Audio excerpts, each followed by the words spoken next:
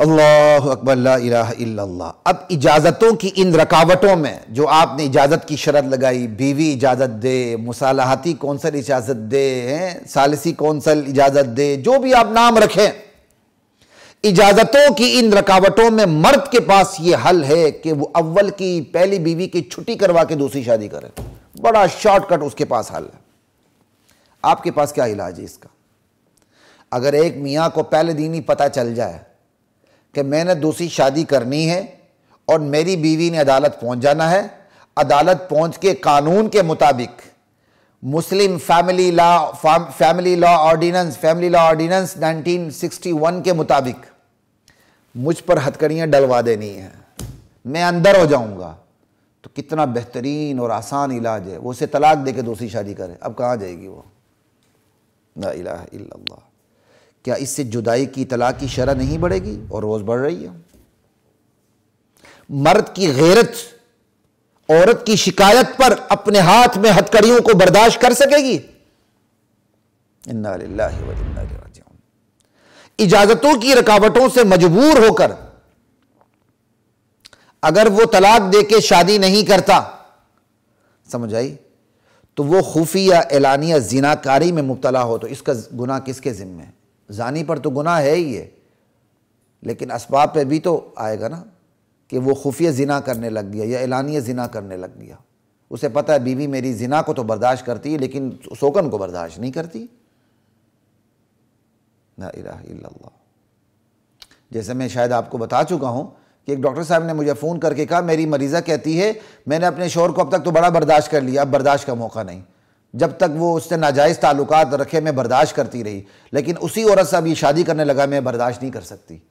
یعنی جب تک اللہ برداشت نہیں کر رہا تھا اور اللہ نے حق دیا تھا عورت کو کہ وہ تنسیخ کا کیا کہتے ہیں اس سے جدائی کا مقدمہ دائر کرے کہ میرا مرد زانی ہے، اللہ نے جب حق دیا تو اس نے اپنے حق کو استعمال نہیں کیا، اور جب وہ جائز کام کی طرف آ کے نکاح کر رہا ہے تو اب وہ اللہ نے اسے حق نہیں دیا کہ وہ اس سے جدا ہو، لیکن اس کے خلاف وہ کھڑی ہو رہی ہے۔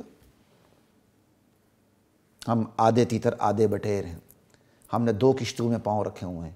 ہم چاہتے ہیں اسلام کا لیبل بھی ختم نہ ہو لیکن ہم ہندو بھی رہیں، انگریز بھی رہیں۔ لا الہ الا اللہ۔ اجازتوں کی رکاوٹوں سے مجبور ہو کر مرد پہلی بیوی پر تشدد پر اتر آئے کہ نہیں تجھے اجازت دینی ہوگی، کون ذمہ دار ہے؟ کیا علاج ہے آپ کے پاس اس کا؟ قتل پر اتر آئے تو ذمہ دار کون ہے؟ ایسے ہوتے بھی ہیں، معاشرے میں واقعات ہو رہے ہیں، کون ذمہ دار ہے اس کا؟ پھر آپ عدل کو بڑا عجیب سا بنا کے پیش کرتے ہیں۔ ہاں جی عدل کر سکے نا تو پھر وہ دوسری کی طرف جائے، خیر اس اسلوب پہ ہم آگے جا کے بات کریں گے، اور پھر عدل کو اس پیک لیول پہ لے جاتے ہیں کہ بندہ رہتا ہے 2022 میں، لیکن وہ بندے کو اٹھا کے لے جاتے ہیں 15ویں صدی سے اٹھا کے پہلی صدی ہجری میں لے جاتے ہیں، صحابہ کا عدل دکھاتے ہیں، اور پھر صحابہ کے عدل سے بھی شاید اوپر لے جاتے ہیں۔ عدل میں سوتر برابر کمی نہ ہو تب کرو۔ میرے خیال میں پھر پہلی شادی بھی نہیں ہونی چاہیے۔ ایک مجموعی عدل کو دیکھا جاتا ہے، جس طرح صادق و امین کا یہ مطلب نہیں ہے کہ صادق و امین نبی علیہ السلام جیسے صادق و امین تھے ویسے آپ صادق و امین کا مطلب کر کے ہر بندے پر فٹ کر کے کہیں یہ صادق و امین نہیں، یہ غیر صادق و امین ہے۔ بھائی عدل مجموعی طور پر دیکھا جاتا ہے، مجموعی طور پر عدل کر سکتا ہے وہ؟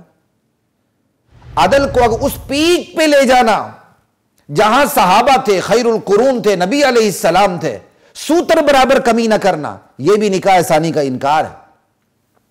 اگر آپ کو یہی عدل چاہیے پھر اگرچہ مرد کو حسب استطاعت پورا عدل کرنا چاہیے، اس کا کوئی انکار نہیں ہے، لیکن آپ عدل کو اس مقام پہ لے جائیں،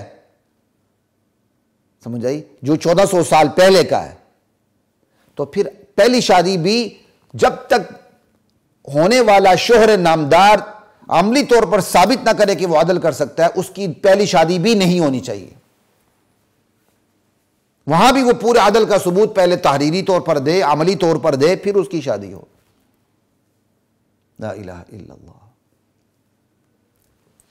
بس اصل میں ساری بات یہ ہے کہ ہم نے دین کے تقاضوں سے بھاگنا ہے، جس طرح بنی اسرائیلیوں نے بھاگنے کے 1000 حربے رکھے تھے، ہم نے بھی 1000 حربے رکھے ہوئے ہیں، سمجھے، 1000 حربے رکھے ہوئے ہیں،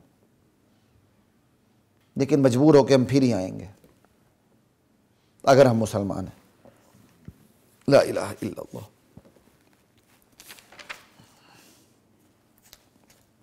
حضرات یہ تو ہمارے شبہات تھے، ہمارے سوالات تھے، اور آپ کو سمجھانے کا ہمارا ایک انداز تھا۔